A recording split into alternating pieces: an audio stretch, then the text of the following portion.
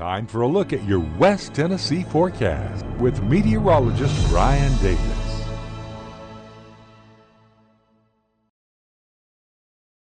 Welcome in, everyone, on this 5th of July. Happy 10 o'clock to everyone. We're going to take a look at your weather through the rest of tonight into your Monday morning. Some of you will have an extended weekend off. Some of you will be starting back, and we're hoping for some good weather. Well, it's going to be about status quo, with the exception of the temperature will be a little bit cooler going into the week ahead. Let's go ahead and take a look outside with the latest watches and warnings. And the good news, other than an aerial flood advisory, we've got that in effect for Shelby County. All other areas, no severe thunderstorms, no special weather statements, so we're doing good. But just be careful there in Shelby County. We've got that aerial flood warning that goes overnight tonight. Looking at Savannah live right now, we're under some cloudy skies. We do still have a few showers and rumbles of thunder out there right now, but you can see it's just kind of a cloudy night right there in Savannah, where we've had some nearby storms.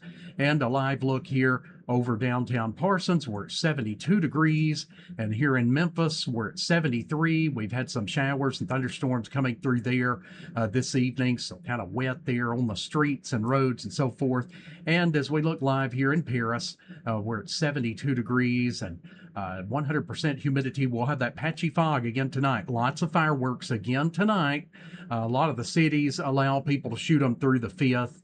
And so everybody was, I guess, trying to get rid of that last amount of inventory that they had around the house from last night. Well, so the air quality is a little bit on the lower end there. So if you've got asthma and that kind of thing, you may notice that. 72 right now is the big number across the board. So we have cooled down a lot this evening with the scattered storms, and also the winds have now shifted more out of the north, and the radar is not looking as decorated as it was. I am watching this storm up here in West Kentucky and southeast Missouri.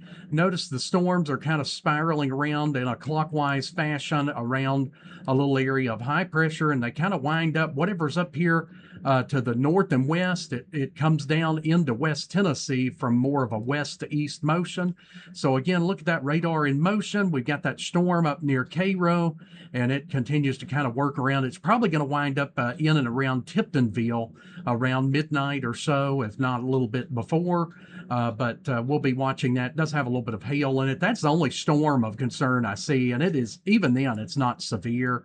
And you can see in the larger picture, the storms that were over West Tennessee have just about completely fizzled just from a couple of hours ago. So we've lost a lot of that heat of the day, and a lot of these storms just cannot sustain staying powerful or staying going without that extreme heat, because they lack the other conditions that are needed to really maintain a thunderstorm to continue to develop.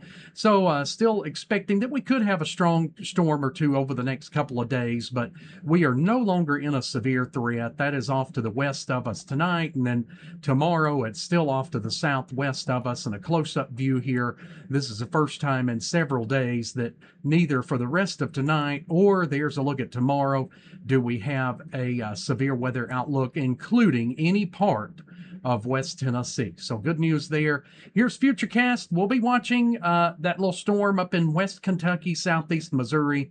Futurecast does hint that it'll try to come on around and swing through like the Lake County area, West Obion County, into the midnight hour, 1 a.m., right along in there, before finally fizzling out overnight. And there you can see it's trying to make its way right there into Lake County, but then it really starts to fizzle out pretty quickly there.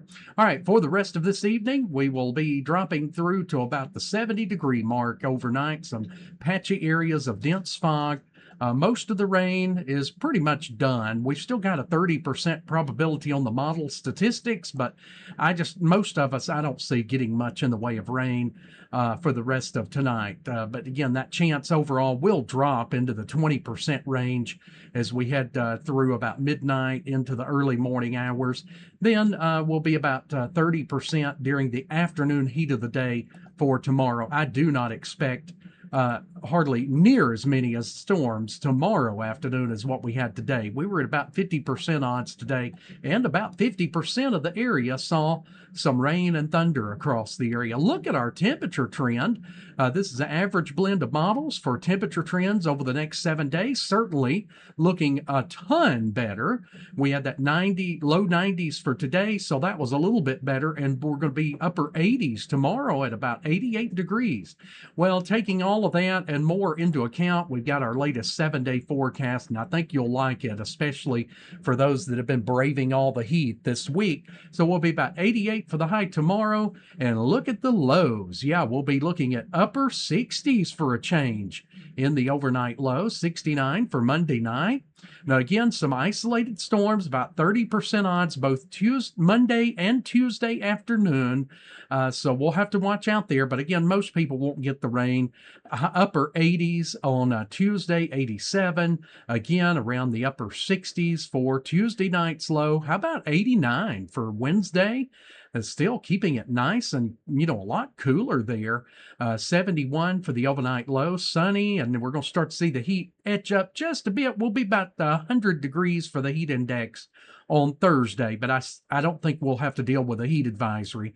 Mostly sunny. 74 for the low. Those overnight lows will be coming back up into the 70s as well, but I think we'll be keeping it low 90s as we head into next weekend.